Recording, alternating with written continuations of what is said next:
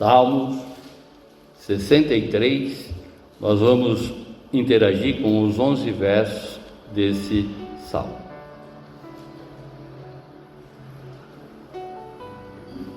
Ó Deus, Tu és o meu Deus, eu te busco ansiosamente, a minha alma tem sede de Ti, meu corpo Te almeja como terra árida, exausta e sem água.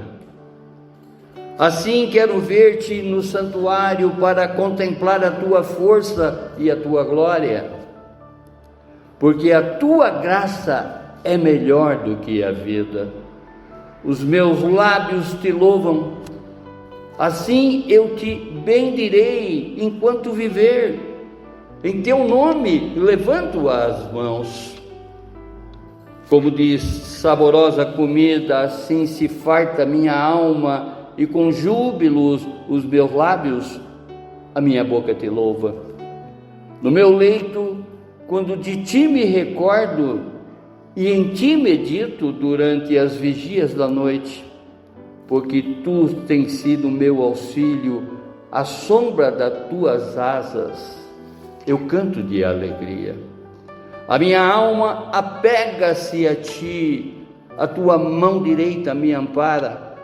Porém, os que procuram destruir a minha vida descerão às profundezas da terra, serão entregues ao poder da espada e virão a ser pasto dos chacais.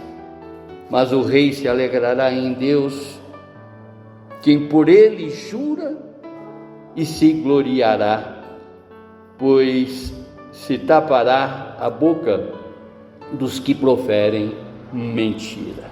Amém, irmãos? O tema: a alma que deseja a Deus. Repetindo, a alma que deseja a Deus. Quando nós estamos interagindo com as Sagradas Escrituras, aquilo que nós sempre deixamos claro aqui, também, que a Bíblia é uma teologia em evolução. Nós vamos vendo essa teologia em evolução, porque creio que Davi, olhando exatamente pelo comportamento de Moisés, ele deixa claro que ele não pode dar um passo se não for na presença de Deus. Em outras palavras, Davi aprendeu de Moisés, como Davi também ensinou a muitos outros que vieram depois dele, a exemplo do próprio apóstolo Paulo, que em Filipenses, no capítulo 3, verso 8, ele diz: na verdade, considero tudo como perda, por causa da sublimidade do conhecimento de Cristo Jesus, meu Senhor. Por causa dele, perdi todas as coisas e as considero como lixo para poder ganhar a Cristo. Essa sublimidade declarada aqui por Paulo, ele está falando exatamente sobre a excelência do Senhor Jesus. Em outras palavras, uma excelência sem igual. Ele está falando sobre a superioridade absoluta do Senhor Jesus, que é tudo de mais importante na vida dele. Moisés não dava um passo se não fosse exatamente pela mão do Senhor. Davi está falando exatamente sobre doutrinar a alma dele para que jamais ele se aparta do Senhor. E Paulo, ele está aqui deixando claro, declarado que tudo para ele é perda. O que ele perdeu não significa absolutamente nada. Ele coloca aqui como lixo, em outras traduções está escrita como esterco, como adubo, que isso tudo que eu perdi foi uma maneira de poder lhe encontrar. Oh Deus amado, Senhor, que é o único digno de toda adoração e todo louvor, a Ti lhe prestamos esse culto de reverência. Fale conosco, Pai, através do Seu Espírito Santo, da qual estamos lhe dando total legalidade para interagir, não necessariamente só na informação, mas também na manifestação do que o Senhor quiser fazer conosco nesta manhã, para a honra e glória do Senhor mesmo. Oh Deus, quando alguém encontra Deus de verdade, tudo o que nós tínhamos de precioso, tudo o que nós tínhamos de importante, perde o seu valor. E Paulo, ele deixa exatamente claro isso aqui, não é? Porque ele está, de certa maneira, reproduzindo a mesma verdade vivida por Davi nesse salmo da qual nós estamos discorrendo. Assim como Davi no deserto, Paulo também ele entende que nada nesse mundo pode substituir a presença de Deus. Veja lá Moisés, que ele queria constatação se Deus estava com ele. Naquilo que a gente sempre lembra aqui, né? O Senhor está nesse negócio? Estou dentro. O Senhor não está nesse negócio? Estou fora. Porque nós devemos buscar exatamente, né, Deus em todas as coisas e não necessariamente somente nos tempos de desespero. Convenhamos, irmãos, essa nossa geração, ela carrega uma profunda contradição. Possui quase tudo o que o mundo pode oferecer, mas perdeu aquilo que realmente sustenta a alma. Nós estamos vendo valores sendo, não é, da vida propriamente dito, sendo negociado por qualquer coisinha.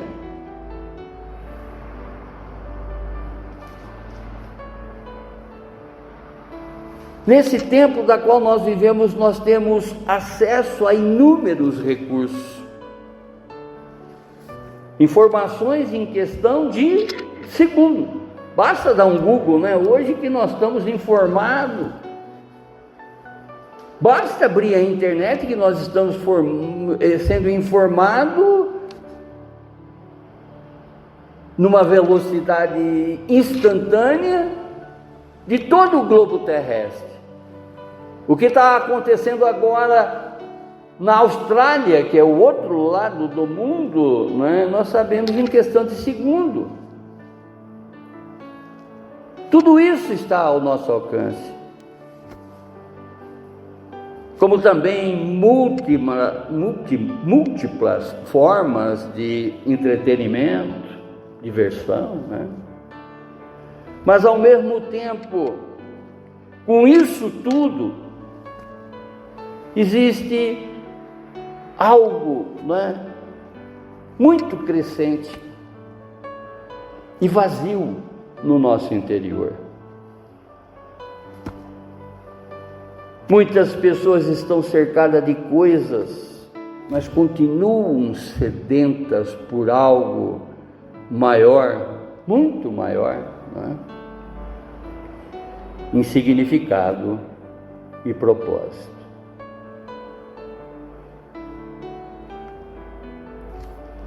O contexto, ou seja, o que estava se passando aqui nesse momento? Conforme já mencionei, né, o autor é o rei Davi. A data aproximada, 1000 anos antes de Cristo. E o local dessa escrita é no deserto de Judá.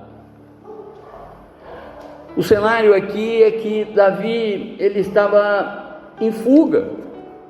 Ele estava sofrendo uma perseguição e provavelmente, não é, essa perseguição estava sendo feita pelo seu próprio filho Absalão. E ele estava nesse conflito.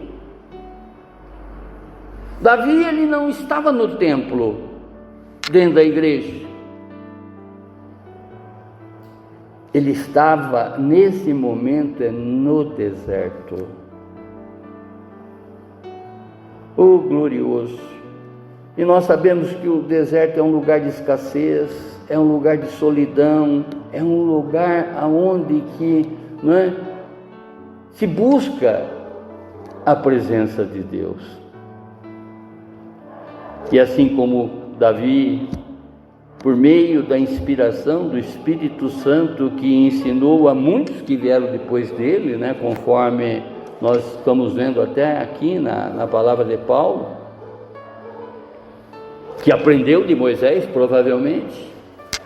Davi aprende de Moisés, que ensina a Paulo e que ensina a nós também, sobre o verdadeiro propósito da vida, a verdadeira valorização da vida. Por isso que eu inicialmente estou ilustrando essa ministração como os acontecimentos dessa semana, envolvendo obviamente a minha vida, como também envolveu a vida da igreja e de vocês em dias passados, com relação aos acontecimentos todos, das quais a gente já sabe.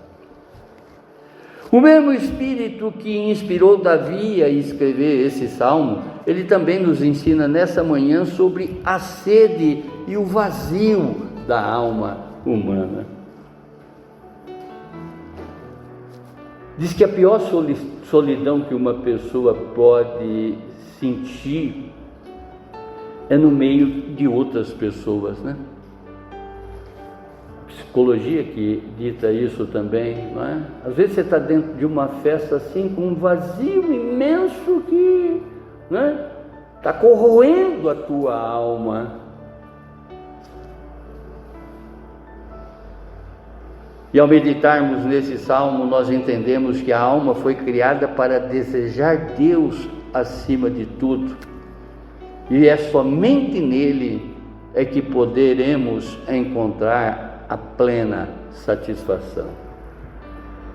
Quantas pessoas com tudo e vazias, quantas vezes a gente, diante de tudo isso da qual esse mundo hoje promove e que nós temos acesso,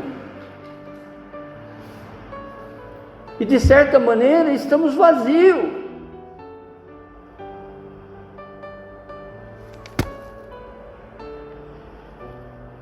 E quando nós debruçamos exatamente nesse salmo, nós encontramos aqui várias declarações de um coração profundamente sedento, que expressa o seu desejo intenso e constante por Deus, em meio a todos esses desertos da vida.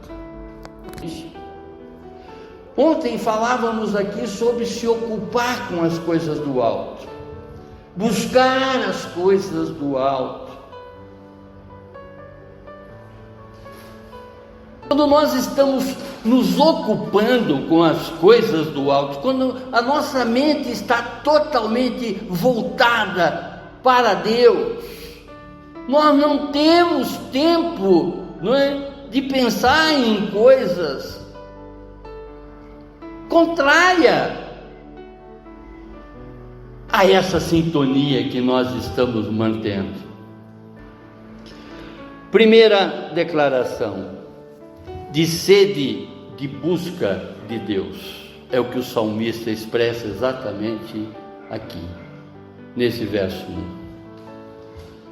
Ó Deus, Tu és o meu Deus, eu te busco ansiosamente. A minha alma tem sede de ti, meu corpo te almeja, como terra árida, exausta e sem água. Se eu não sou alimentado por essas revelações, da qual nós já obtemos nesta vida, há uma tendência muito grande, mas muito grande, primeiro da gente, não é, colocar Deus de lado. Permitir exatamente que outras coisas roube a nossa paz, tire, não é, a nossa concentração daquilo que é sublime, dessa sublimidade que é Jesus na nossa vida. Davi, ele deixa claro que não se trata de uma busca superficial, mas de uma necessidade vital. É necessária essa busca diuturnamente na nossa vida. Se há alguém que nós devemos almejar e passar o nosso futuro, é com Deus, é na eternidade com Ele. E se aprendermos nesse presente a conviver com Ele, nada vai nos roubar esse futuro brilhante que nos aguarda. Essas heranças imarcessíveis, intermináveis, incorruptíveis que nos aguarda na eternidade, que já começou aqui, irmãos. Se você viver a eternidade, se você viver exatamente como nós falávamos aqui ontem, na espera de Cristo Jesus, você não vai ter nada que roube a tua paz. Você não vai ter vazio. Você está preenchido. Percebe?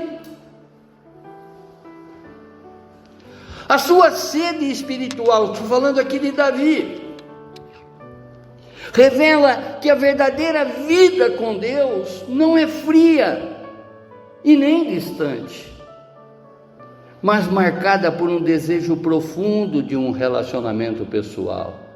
São exemplos que ele está dando para nós, e quem está escrevendo aqui é o homem segundo o coração de Deus, é aquele que pensa como Deus pensa, age como Deus age, ama como Deus ama, porque se ele tem o segundo coração de Deus, ele tem os mesmos predicados, os mesmos atributos do próprio Deus. A alma do homem não foi feita para viver vazia. A doença do século, irmãos, veja, a depressão, síndrome de pânico, enfim, tantas outras coisas que roubam a tranquilidade das pessoas, porque o mundo ele vai educando as pessoas a buscarem outro tipo de coisa, deixando Deus de lado. E quando a gente privilegia, quando a gente coloca Deus no seu devido lugar, que é em primeiro lugar de todas as coisas, nada vai roubar a nossa alma, nada vai nos manter vazio, porque nós estamos preenchidos dele, amém? E é dele que nós devemos ser preenchidos, porque se estivermos colocando, a própria nomenclatura do Espírito Santo no hebraico é ruá, sopro, e no grego pneuma, as duas têm o significado de ar. Se eu estou preenchido de outras coisas, eu jamais vou ser preenchido pela totalidade do Espírito Santo, porque eu estou permitindo que outras coisas ocupam o lugar aonde que o Espírito Santo quer residir em você, em mim, quer residir em todos, amém? A alma, ela pode até sobreviver sem muitas coisas, mas não pode viver sem Deus. Quem descobre a sede de Deus, conforme o salmista está aqui revelando, descobre o caminho da verdadeira vida. Segunda declaração: do desejo pela presença e glória de Deus, compreendida entre os versos 2 e 3. Diz a palavra no verso 2: assim quero ver-te no santuário, para contemplar a tua força e a tua glória. O santuário representa o lugar onde Deus se revela e se manifesta, onde a sua glória é manifestada. A busca aqui não é ritualista. O fato de eu vir para a igreja, pura e simplesmente, não é? Que eu vou ver essa manifestação na minha vida. Cumpri a minha obrigação. Domingo eu levantei cedinho, ainda que estava frio, porque às vezes eu me considero nessa condição. Eu sempre digo, quando eu falo da minha pessoa, também estou falando da pessoa de vocês, né? Dá a impressão que esse rito é custoso, e não uma satisfação em vir e contemplar exatamente essa presença. Tem dúvida que Deus está aqui nesse lugar?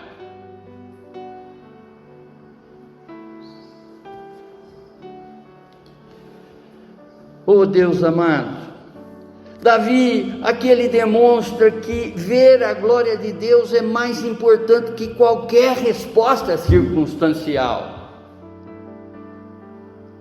Aquilo que eu falo sempre, né? As pessoas se apegando cada vez mais em coisas, pegando em valores temporários e esquecendo exatamente aquilo que é eterno. Por isso que o vazio que adentra nessas pessoas, quando eu coloco Deus em segundo plano, pode ter certeza que você vai ter vazio. Quando a minha mente está olhando exatamente para as coisas do alto, eu estou esquecendo das coisas aqui debaixo. Posso até estar convivendo com todas essas coisas aqui debaixo, as coisas que verdadeiramente são necessárias, mas jamais tirando os olhos daquilo que eu tenho que manter totalmente ligado, associado, que é o que o salmista nos ensina. Mas pastor, eu vou ter tempo de trabalhar? Claro! Vou ter tempo de namorar? Claro! Se bem que crente não namora, né? Já casa direto, né?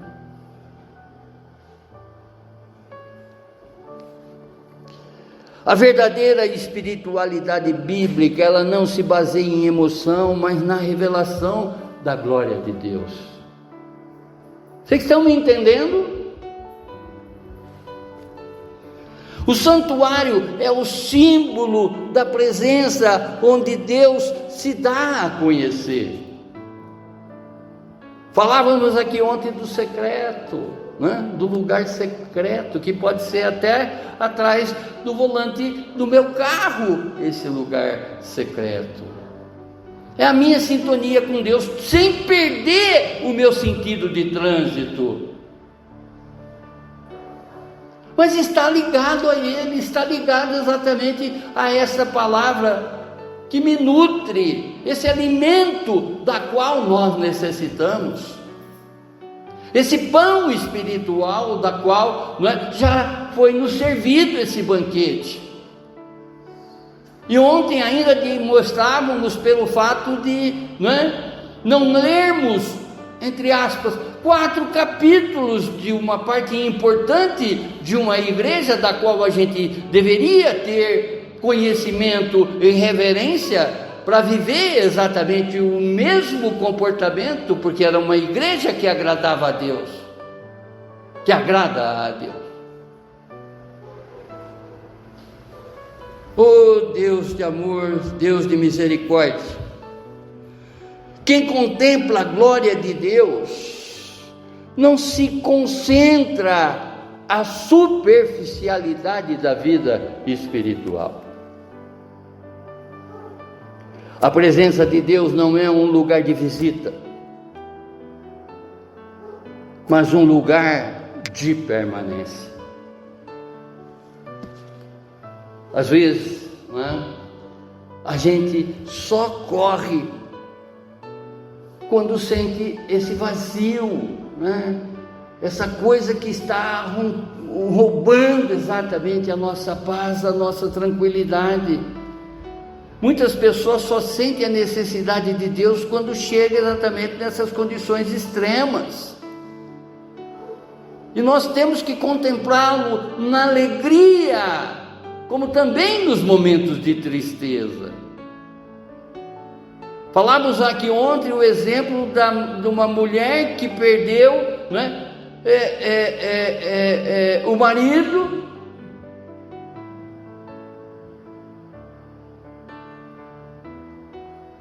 não chorou perto dos filhos num determinado momento, mas depois chorou com os filhos em outro determinado momento, não murmurou a vida dela toda diante dessa perda, e criou hoje homens que são ministros da palavra de Deus, que vocês presenciaram aqui ontem. Verso 3: porque a tua graça é melhor do que a vida. Olham isso. Olha no que você tem se apegado. Olha nas coisas que têm roubado exatamente esse tempo de permanência com Deus. Essa reverência a Deus que você, não é, e eu devemos prestar, compreendendo exatamente que essa graça, esse favor imerecido, o fato de levantarmos, estarmos aqui, né, nessa manhã, contemplando, louvando, adorando ao único digno de toda a honra e toda a glória, é parte dessa graça, porque Ele começou a desenvolver um trabalho na nossa vida, que Ele vai completar ainda, nos levando para viver eternamente com Ele. Porque a tua graça é melhor do que a vida. Os meus lábios te louvam. Vejam o que o salmista ele está mostrando para mim e para você, o que verdadeiramente interessa nessa vida. Nós estamos aqui diante de um depoimento de um rei que tinha tudo, mas que privilegiava primeiramente Deus na vida dele. Às vezes, pessoas adquirem uma coisinha, já se acha melhor que os outros. Às vezes você olha um dígitozinho a mais na tua conta corrente e você já se acha superior a outros. Amar a Deus sobre todas as coisas e seu próximo como a ti mesmo. A graça de Deus, ela é apresentada como um elemento vital e superior a qualquer experiência terrena. Davi, aqui ele faz uma afirmação absoluta que a graça de Deus é superior à própria vida. Ele não está dizendo apenas que Deus ajuda a viver, mas que sem Deus a própria vida perde o seu principal sentido, o sentido mais profundo. Por isso que muitas pessoas estão vazias nesse momento. Por isso que às vezes a gente se sente vazios em determinados momentos. Essas coisinhas todas podem, né, substituir por alguns momentos a nossa paz, mas na maior parte do tempo ela vai tirar a nossa paz, porque nós não estamos dando o lugar, nós não estamos entronizando Deus na nossa vida. É o nosso ego ainda sentado. nessas coisinhas que a gente possui. A vida cristã saudável, ela é marcada por gratidão constante. Quando o crente percebe a bondade de Deus, o louvar ele se torna inevitável e contínuo. E não só pelo fato de ter sido livrado de um determinado acontecimento. Nossa, louvo a Deus porque, não é? Pelo amor dele, pela misericórdia dele, eu me livrei disso. Devemos louvar esse Deus a todos os instantes, pela vida, pela graça, porque ela é mais importante do que a própria vida.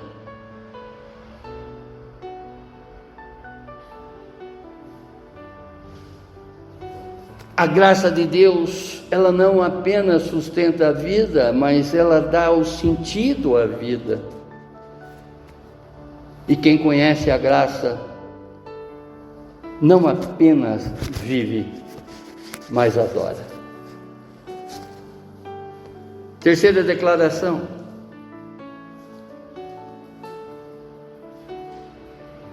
De adoração contínua e entrega total. Davi, ele escreve: assim eu te bendirei. O que é bendirei? Eu vou dizer bem de ti. Assim eu bendirei enquanto eu viver. Da minha boca eu só quero pronunciar a Deus que o Senhor é o mais importante de toda a minha vida. Nada, absolutamente nada substitui a sua sublimidade na minha vida. Davi declara aqui, e Paulo também: enquanto eu viver, em teu nome eu levanto as mãos. Davi aqui ele assume um compromisso com Deus, que a sua adoração não será momentânea, mas sim permanente. Ele está mostrando para mim e para você que não é só no momento onde que nós estamos com problemas, tristes, mas a todo o momento. Eu glorifico o Senhor, eu dou graças a Ti. Eu esqueço de murmurar sobre qualquer acontecimento da minha vida, porque o Senhor é o que verdadeiramente eu preciso, eu quero.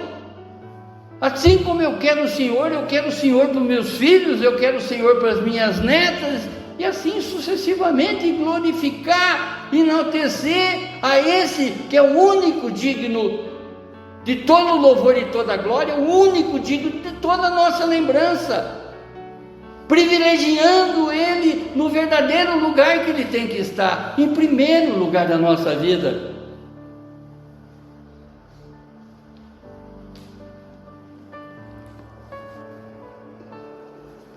Levantar as mãos em nome de Deus expressa dependência, rendição e reverência. Não é apenas um gesto físico, mas uma postura espiritual de submissão e confiança. Quem vive com as mãos levantadas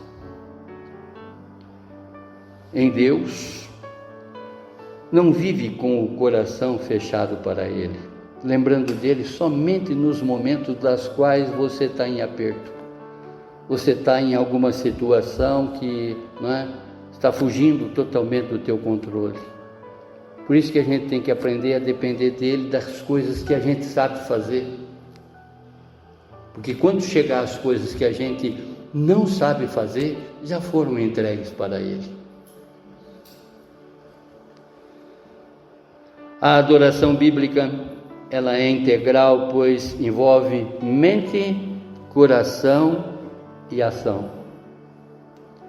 E a fé madura, ela não abandona o louvor nas nuances, nas mudanças da vida. A nossa adoração tem que ser nos momentos de alegria, como também nos momentos de apuro, nos momentos de tristeza. Veja que nós estamos interagindo aqui com uma pessoa que estava num estado muito profundo de solidão, mas ele está contemplando a Deus a todo um momento, privilegiando Deus em primeiro lugar. Esse homem estava sendo perseguido pelo próprio filho, que queria o lugar dele. E ele, para não combater com o filho, ele foge para o deserto. Mas ele não vai sozinho. Ele vai guiado pelo próprio Deus. Porque ele sabe que é em Deus que ele encontra o verdadeiro conforto. Ele sabe que em Deus ele encontra todas as respostas que ele necessita por esse tempo que ele está passando. Quem levanta as mãos para Deus não abaixa a fé diante das lutas. Verso 5: como de saborosa comida, assim se farta a minha alma, e com júbilos nos lábios a minha boca te louva. Eu amo exatamente, eu adoro propriamente dito, todas essas ilustrações, todas essas figuras de linguagem que a Bíblia aplica, para demonstrar exatamente com uma clarividência maior, com uma clareza melhor, para o nosso entendimento. Davi aqui ele usa a imagem da comida para expressar a sua satisfação pessoal. Assim como o corpo se satisfaz com o alimento, a alma também se satisfaz plenamente em Deus, percebe? Quando a alma se alimenta de Deus, ela encontra contentamento verdadeiro. Quantas vezes você sai de uma mesa satisfeito, feliz de ter apreciado todo aquele alimento que foi colocado ali à sua frente? Não é assim que funciona normalmente conosco? Também é assim com o nosso Deus, que nos satisfaz sobre qualquer circunstância.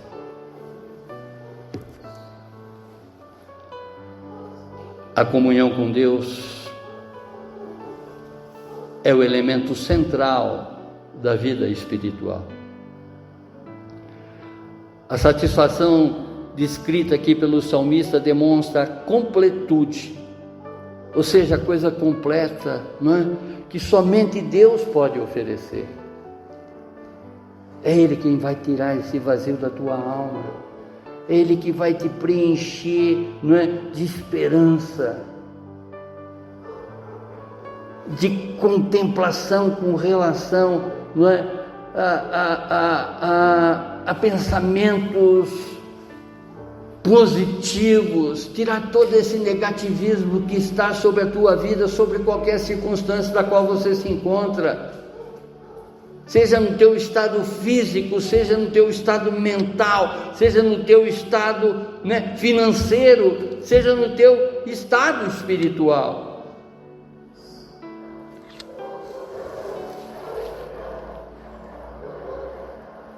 O crente maduro aprende a encontrar contentamento em Deus em todas as circunstâncias. A alma só encontra descanso quando se alimenta de Deus, e quem se farta de Deus nunca mais vive vazio. Oh Pai amado, como a palavra fala, irmãos, eu estava comentando com a Bia, como Davi nos ensina, esse homem segundo o coração de Deus. Quando eu estava escrevendo, embora não falando para ela o que eu ia ministrar hoje, mas eu dizendo, como Davi nos ensina, quer orar com eloquência? Conheça os Salmos. Ainda que você imagina que precisa disso, mas não precisa. Falar com Deus é com simplicidade e com verdade no seu coração.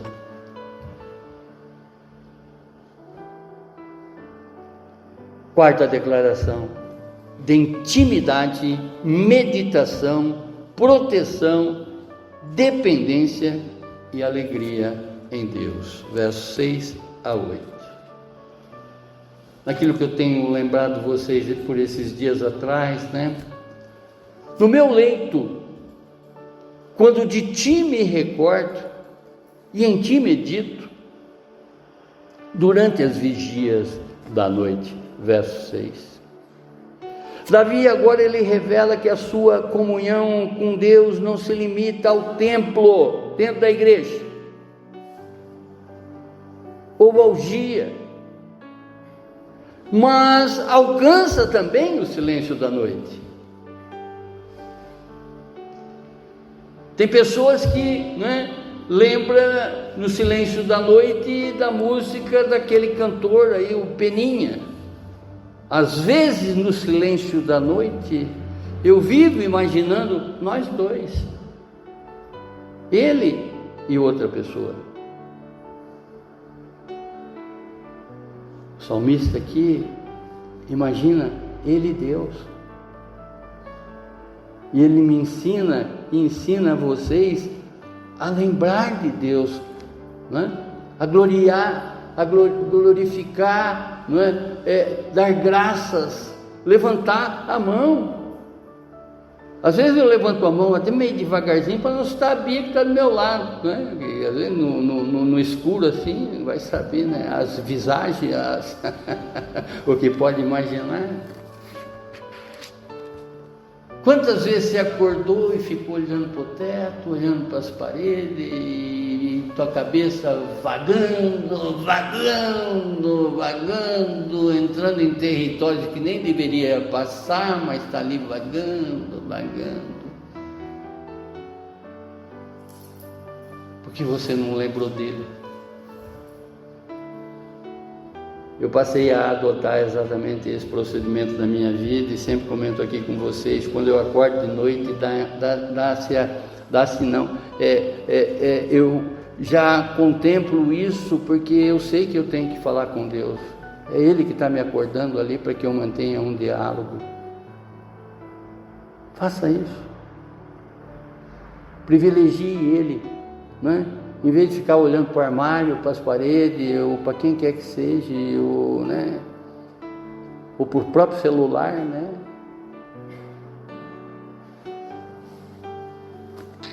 Davi, ele revela que a sua comunhão com Deus não se limita ao tempo ou ao dia, mas alcança também o silêncio da noite. A expressão vigílias da noite indica momentos de insônia ou oração profunda. Você escolhe se você prefere a insônia ou preencher exatamente essa lacuna, esse tempo, em reverência, em gratidão, em conversação com Ele, que jamais se aparta de nós. O sono não vem, eu vou levantar agora, vou para a geladeira. O sono não vem, eu vou agora no armarinho lá e pegar o meu medicamento contra insônia.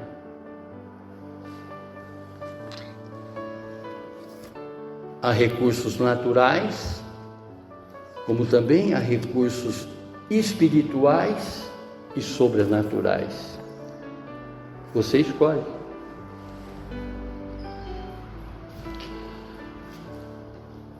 Essas vigílias de noite nos mostra uma espiritualidade que permanece ativa, mesmo quando tudo ao nosso redor está em silêncio. Às vezes você acorda de madrugada, você fica imaginando que horas são, será que é 2, será que é 3, será que é 5, será que é 6? Aí fica lembrando o que você vai fazer, o que você deixou de fazer. Fico contando ovelhinha. Pai, obrigado por o Senhor ter me acordado. Eu sei que o Senhor está querendo falar comigo, e eu quero conversar com o Senhor.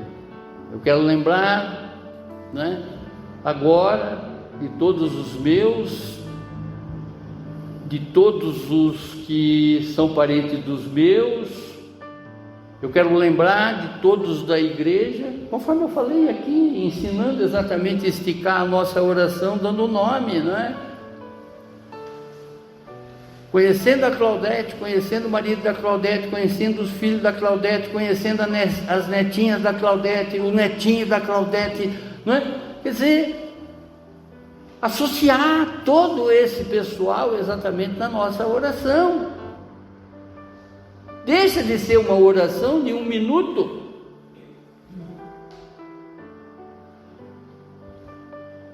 Lembra que lá fora nós temos uma igreja, independente desse grupo que está aqui,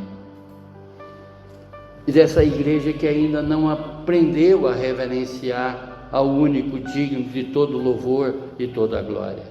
Amém? E que cabe a nós ensiná-los. Ó Pai eterno, quem anda com Deus de dia, conversa com Ele à noite. A meditação bíblica é uma disciplina espiritual que fortalece a comunhão com Deus. É o que falávamos, conhece a Bíblia, irmão, leia a Bíblia, irmãos.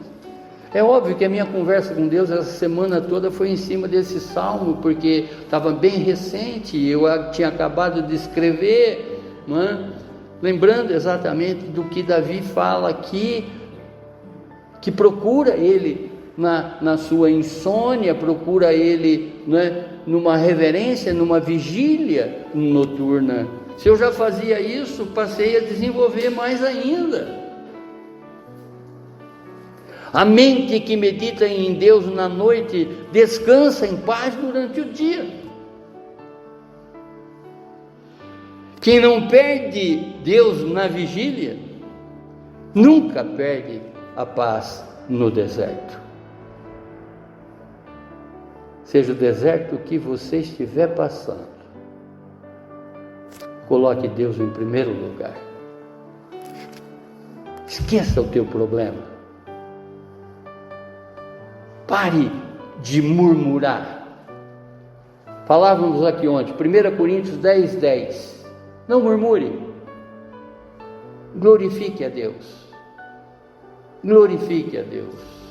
Ele tem uma resposta para tudo na tua vida, que eu tenho certeza que Ele já está te curando desse problema, para a honra e glória dEle mesmo e testemunho da igreja dEle mesmo. Porque Tu tens sido o meu auxílio, à sombra das Tuas asas eu canto de alegria. A vida com Deus, ela não se limita às dificuldades, mas transforma a maneira como o crente as enfrenta. A segurança em Deus gera alegria em tempos de luta. Eu tenho plena convicção, eu confio no meu Deus. Não vai ter tempo de murmurar, porque comigo.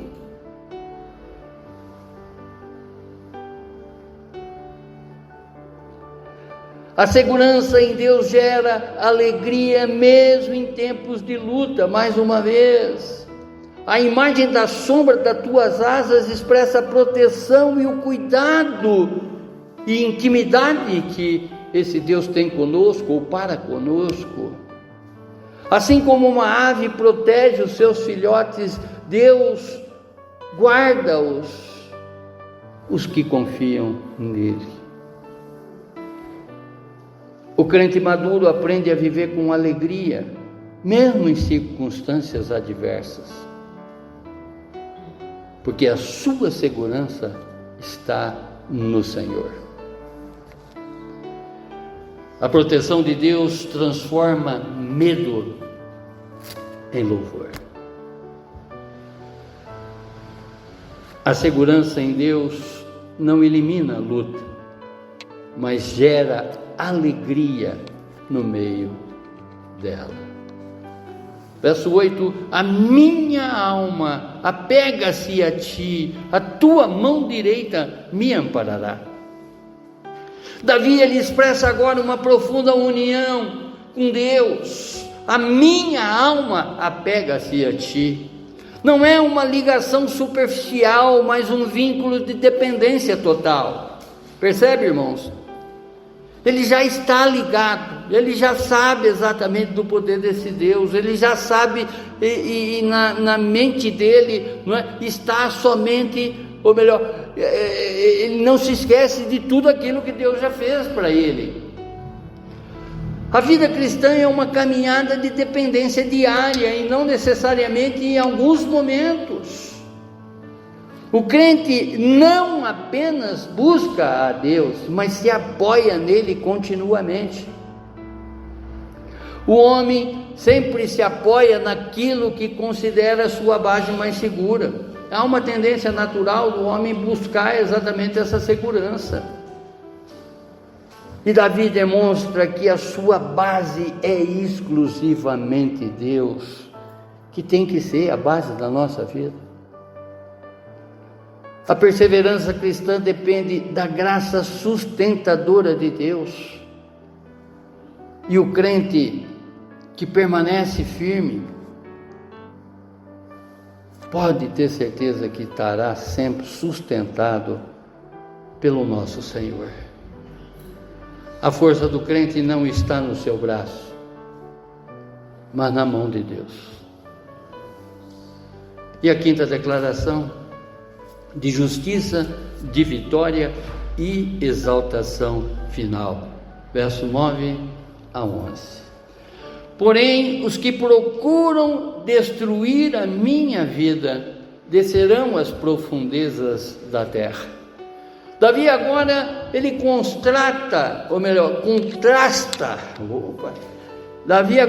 contrasta a sua confiança em Deus com o destino dos seus inimigos. Enquanto ele é sustentado pela mão do Senhor, aqueles que buscam destruí-lo enfrentam o juízo de Deus.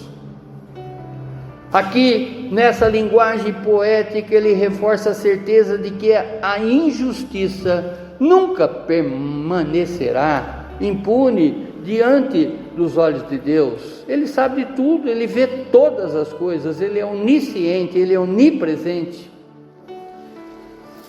O salmista, ele não busca uma vingança pessoal, mesmo porque era o filho dele que estava perseguindo ele, mas ele confia na justiça de Deus.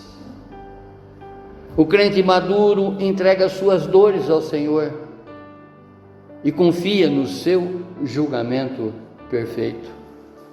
A justiça de Deus é um tema constante em toda a Escritura. Se lermos de Gênesis e Apocalipse, nós vamos nos deparar com a justiça de Deus. Por isso, quanto mais a gente lê a Bíblia, mais nós temos a constatação, mais nós temos a certeza que esse Deus é infalível. Ele é soberano. A sua sublimidade é maior do que a nossa compreensão.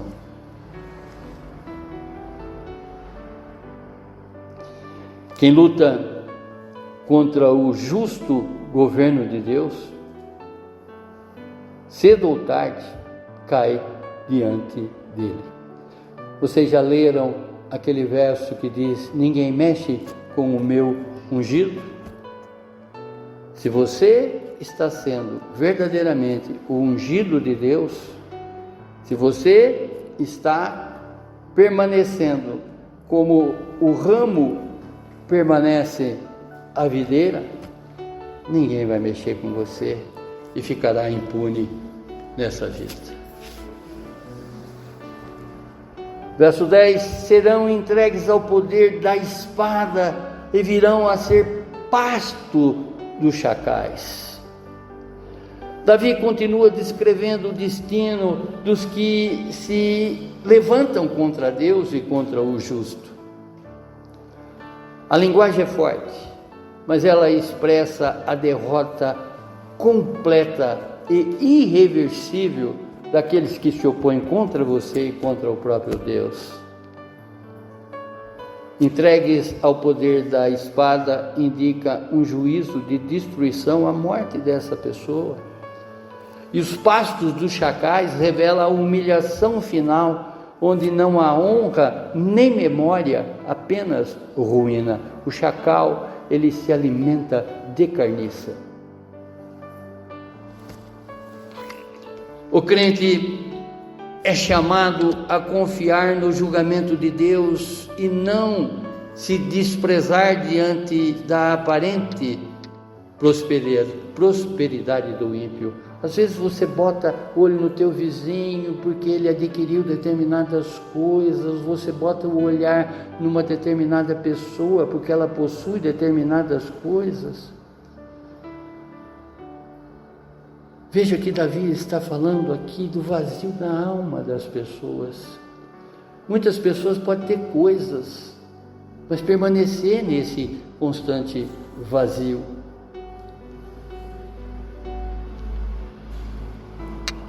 Oh Deus amado, isso me lembra a história real que aconteceu com um investidor da Bolsa. O cara, ele tinha 30 bilhões de dólares. 30 bilhões de dólares. Era um grande investidor da Bolsa. E num determinado momento, ele investiu e perdeu $1 milhão. Ele se deu um tiro na cabeça. Foi aí que nasceu o coach. Esses que vêm para intercalar o pensamento das pessoas, entendeu? O coach nasceu exatamente aí. Um cara tinha 30 milhões de dólares, perdeu restava 29 e o cara se matou. Vamos ver. O crente é chamado a confiar no julgamento de Deus e não se desesperar diante da aparente prosperidade do ímpio. O crente é chamado a manter a sua fé firme, mesmo diante da aparente vitória dos ímpios, pois o desfecho deles já está definido por Deus. Deus sabe de tudo. O fim da injustiça já está escrito na soberania do Senhor. E o verso 11: mas o rei se alegrará em Deus, quem por ele jura se gloriará, pois se tapará a boca dos que proferem mentira. Davi, ele encerra esse cântico, esse salmo com alegria, mostrando que a confiança em Deus sempre conduz à celebração, mesmo nos tempos de luta. A alegria aqui não é circunstancial, mas espiritual, pois ela nasce da certeza de que Deus governa com justiça e todas as coisas, irmãos. A justiça de Deus, ela não está isolada exatamente para um único acontecimento. A justiça de Deus é completa para a tua vida. Aqueles que permanecem na verdade se gloriarão, enquanto os que estão na mentira, essas mentiras todas serão caladas.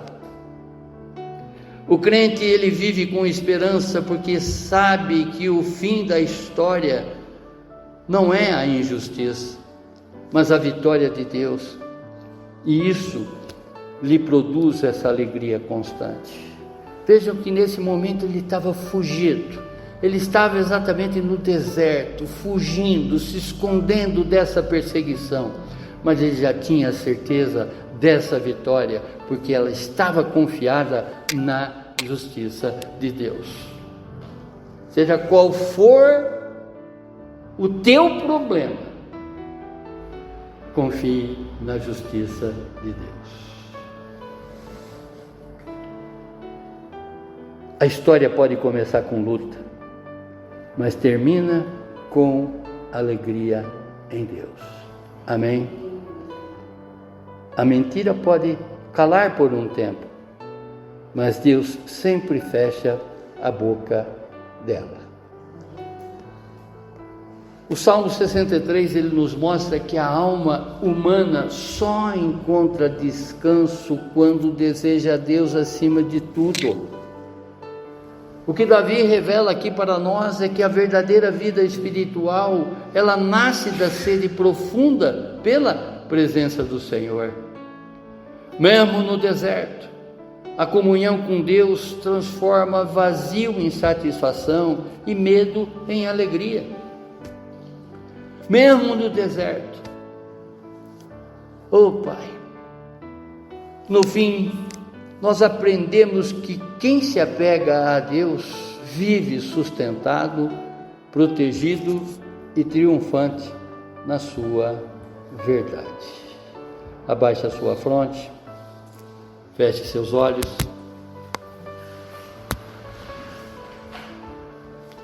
O que realmente tem saciado a sua alma, não é? Nos dias de hoje? Pare para pensar. Você ainda tem sede de Deus ou já se acostumou com a frieza espiritual? Em quem você tem buscado satisfação quando a alma se sente vazia? Deus ainda é o seu maior desejo? Ou apenas uma parte da sua rotina? Se Deus fosse tirado de tudo o que você vive hoje, o que restaria dentro de você? Obrigado, Pai. Muito obrigado, Senhor, por ter nos dado a oportunidade, Senhor, de meditarmos nesse salmo.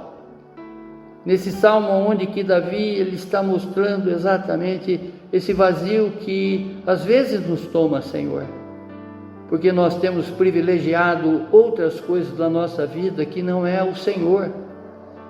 Ele tem mostrado que nós devemos ter sede de Ti, fome de Ti, não em circunstância, Pai, mas a todos os momentos da nossa vida. Muito obrigado, Senhor, que esse salmo seja exatamente a nossa lembrança, esteja na nossa lembrança constantemente, Pai, para que nós possamos glorificar a Ti, Senhor, em todos os momentos, e não necessariamente em alguns, para a honra e glória do Senhor mesmo. Amém, amém, amém. Glórias a Ti, Senhor, glórias a Ti, Senhor.